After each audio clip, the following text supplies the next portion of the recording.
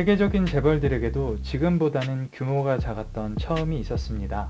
삼성 이병철 창업주에게도 그런 시절이 있었는데요. 이병철 회장도 처음부터 반도체 같은 중후장대 사업을 한 것은 아니죠. 양반 집안의 자제였지만 일제시대에 태어나 차별을 겪었던 적도 있고 전쟁으로 인해 피란을 가고 무역업으로 돈을 벌던 시절도 있었습니다. 마누라랑 자식 빼고 모든 걸 다 바꾸자 했던 이건희 회장 이전에 디테일 하나하나 정성을 쏟은 이병철 회장이 있었죠. 오늘은 이병철 회장의 초창기 사업에 대해 알아보겠습니다.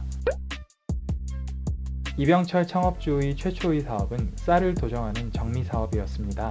선친에게 300석쯤 나는 땅을 물려받은 것을 사업 자금으로 삼았는데 당시만 해도 대도시 정미소 사업은 일본인들이 장악하고 있었죠. 서울, 대구, 부산, 평양 등 다양한 장소에서의 사업을 물색했으나 여러 고민 끝에 당시만 해도 항구도시의 기능이 컸던 마산을 택했습니다. 마산은 경남 일대 농산물 집산지로 연간 수백만 석의 쌀이 모이고 다양한 농산물들이 수입되거나 해외로 수출되는 중심지였습니다. 그런데 당시 일본인들도 아직 마산까지 진출한 이들은 많지 않았고 수확한 쌀을 도정하는 능력이 달려 충분히 경쟁력이 있다 판단한 것이죠. 1936년 봄 협동정미소라는 상호를 달고 정미사업을 시작합니다. 처음에는 부족한 자본, 만주사변으로 인한 불경기 등이 겹쳐 1년 만에 자본금이 3분의 2가 잠식당하는 등 고초를 겪었으나 뚝심 있게 관리를 지속한 결과 1년 뒤에는 이익을 내기 시작합니다.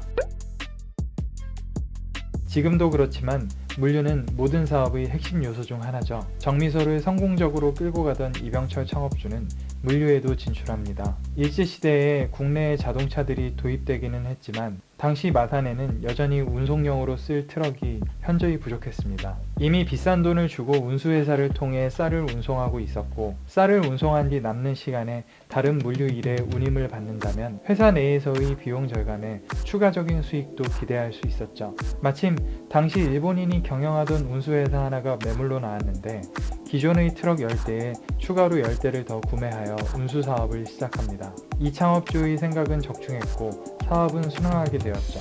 정미소에 더해 운수 사업까지 진행하게 되면서 대성공을 이루게 되는데요. 이때부터 전문 경영인을 채용해서 쓸 정도로 사업은 번창하게 됩니다.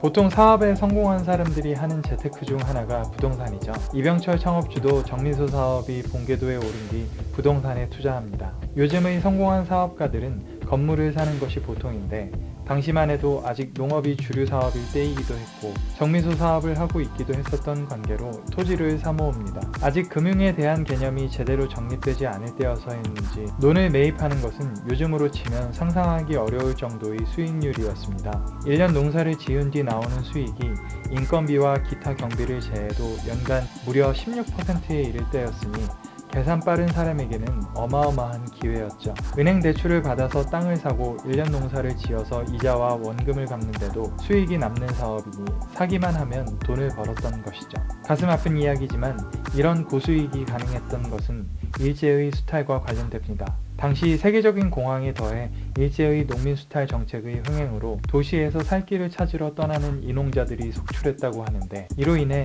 땅값이 폭락하게 되어 염가의 토지를 살 수 있었던 것이죠. 그러나 일장춘몽처럼 쉬운 돈벌이가 가능했던 시절은 곧 끝납니다. 중일 전쟁이 터지게 되어 일본 정부가 비상조치를 단행하게 되는데 바로 일제치하 식산은행에서 일체의 대출을 중단한다는 것이었죠.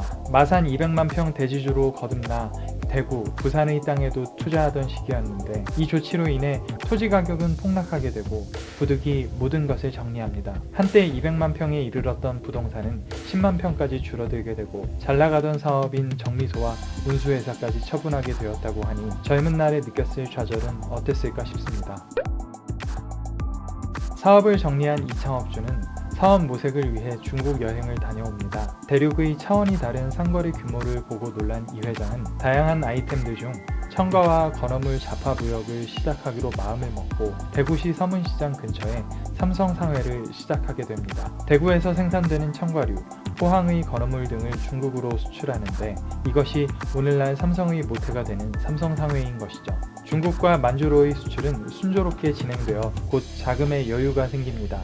이때 이병철 창업주의 눈에 들어온 사업이 바로 양조업인데요. 당시 대구에는 대형 양조장이 8곳 있었다고 합니다. 이병철 회장이 염두에 둔 것은 바로 사케라고도 하는 청주였습니다. 당시만 해도 막걸리나 탁주는 한국인들이 만들어서 판매했고 청주는 일본인들이 양조해서 시장에 내다 파는 구조였었는데 막걸리나 탁주는 청주에 비해 수익률이 낮은 상황이었죠. 일본인이 경영하던 조선 양조가 시장에 매물로 나왔는데 이를 매수해 본격적인 양조 사업에 진출하게 됩니다. 중일 전쟁 중이던 시절이라 거의 모든 사업이 불경기였지만 식민 정부가 밀주 단속을 강력히 시행하는 통에 사업자들은 오히려 재고 부족을 고민하는 지경까지 갔다고 합니다. 양조 사업은 해방 후 한국전쟁 당시까지 계속 순항하게 되고 6.25 이후 이병철 회장이 삼성을 일으키는 데 큰 역할을 하게 되죠.